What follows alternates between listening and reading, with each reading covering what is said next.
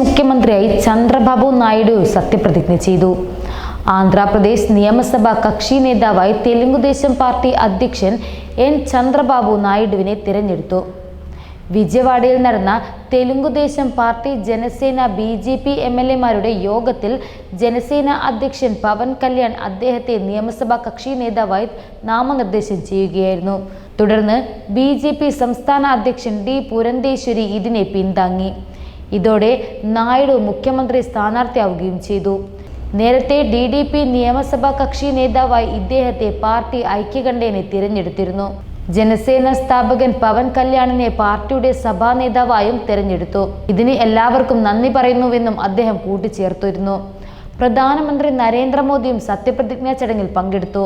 4ാം തവണയാണ് മുഖ്യമന്ത്രിയായി ചന്ദ്രബാബു നായിഡു അധികാരത്തിലെത്തുന്നത്. താൻ ദക്ഷിണേന്ത്യൻ സംസ്ഥാനങ്ങൾക്ക് കേന്ദ്ര സർക്കാരിന്റെ സഹകരണം തേടിയിട്ടുണ്ട്, അതുറപ്പ് കിട്ടിയിട്ടുണ്ടെന്നും അദ്ദേഹം വ്യക്തമാക്കി. അമരാവതിയാകും ആന്ധ്രാപ്രദേശിന്റെ തലസ്ഥാനമെന്നും അദ്ദേഹം കൂട്ടിച്ചേർത്തു. പോളവാരം പദ്ധതി പൂർത്തിയാക്കുമെന്നും അദ്ദേഹം വാഗ്ദാനം ചെയ്തിട്ടുണ്ട്. തുറമുഖ നഗരമായ വിശാഖപട്ടണത്തെ സാമ്പത്തിക തലസ്ഥാനമാക്കി പരിഷ്കരിച്ച് പ്രത്യേക നഗരമാക്കുമെന്നും അദ്ദേഹം കൂട്ടിച്ചേർത്തു. അടുത്തിടെയുണ്ടായ NDAയുടെ വൻ വിജയം മുൻപുണ്ടാകാത്തതാണെന്നും അദ്ദേഹം പറഞ്ഞു. നമ്മുടെ സംസ്ഥാനത്തെ രക്ഷിക്കാനുള്ള 5 കോടി ജനങ്ങളുടെ ഉത്തമത്തെ താൻ നമിക്കുന്നു. ഒരൊറ്റ കാര്യം മാത്രമാണ് നാമെല്ലാം പ്രചാരണത്തിൽ ചൂണ്ടിക്കാട്ടിയത്: ജനങ്ങൾ വിജയിക്കണം, രാജ്യം നിലനിൽക്കണം. മുൻകാലത്തെ തെരഞ്ഞെടുപ്പുകളെ എല്ലാം എടുത്താണ് 2024 തെരഞ്ഞെടുപ്പാണ് തനിക്ക് ഏറെ സംതൃപ്തി നൽകിയത് എന്നും അദ്ദേഹം പറഞ്ഞു. ഈ വിജയം ദക്ഷിണേന്ത്യൻ നേതാക്കൾക്ക് ഡൽഹിയിൽ അല്പം വിലയുണ്ടാക്കി കൊടുത്തു എന്നും അദ്ദേഹം അവകാശപ്പെട്ടു. DDP, BJP, ജനസേന എന്നിവരുൾപ്പെടെ NDA സഖ്യത്തിൽ ലോക്സഭയിലേക്കും നിയമസഭയിലേക്കും വൻ ഭൂരിപക്ഷത്തോടെ വിജയിക്കാനായി.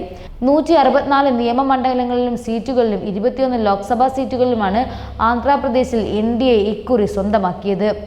ആന്ധ്രാപ്രദേശിന്റെ തലസ്ഥാനം അമരാവതിയായിരിക്കുമെന്ന് മുഖ്യമന്ത്രി ചന്ദ്രബാബു നായിഡു പറഞ്ഞിട്ടുണ്ട്. വിശാഖപട്ടണത്തെ സാമ്പത്തിക തലസ്ഥാനമാക്കി ഉയർത്തുമെന്നും മുഖ്യമന്ത്രിയായി സത്യപ്രതിജ്ഞ ചെയ്ത ശേഷം ചന്ദ്രബാബു നായിഡു പറഞ്ഞു. അമരാവതിയെ തലസ്ഥാനമാക്കി ചന്ദ്രബാബു നായിഡു നേരത്തെ പ്രഖ്യാപിച്ചിരുന്നുവെങ്കിലും പിന്നീട് മുഖ്യമന്ത്രിയായ YS ജഗൻമോഹൻ റെഡ്ഡി ഇക്കാര്യത്തിൽ താൽപ്പര്യമില്ല എന്നായിരുന്നു പറഞ്ഞത്. നിയമനിർമ്മാണ സഭ തലസ്ഥാനമായി അമരാവതിയെയും എക്സിക്യൂട്ടീവ് തലസ്ഥാനമായി വിശാഖപട്ടണത്തെയും ജുഡീഷ്യൽ തലസ്ഥാനമായി നിശ്ചയിച്ചിരുന്നു. ചന്ദ്രബാബു നായിഡു വീണ്ടും അധികാരത്തിലെത്തിയതോടെ പുതിയ പ്രഖ്യാപനമുണ്ടായത്: 3 തല സംസ്ഥാനമെന്ന രീതിയിലുള്ള കളികൾ ജനങ്ങൾക്കു മുന്നിൽ ഞങ്ങൾ നടത്തില്ല. ജനങ്ങൾ തന്നെ അധികാരം വിനിയോഗിച്ച് സംസ്ഥാനം വികസിപ്പിക്കുന്നതിനായി പ്രവർത്തിക്കും, നായിഡു പറഞ്ഞു.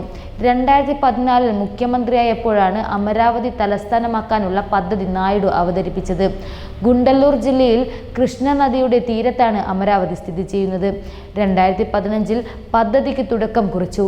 2019 പുതിയ സെക്രട്ടേറിയറ്റ് മന്ദിരത്തിന്റെ നിർമ്മാണം തുടങ്ങി. ജഗൻമോഹൻ 2019 അധികാരത്തിലെത്തിയതോടെ അമരാവതിയെ തലസ്ഥാനമാക്കാനുള്ള പദ്ധതിയിൽ നിന്ന് പിന്മാറുകയായിരുന്നു.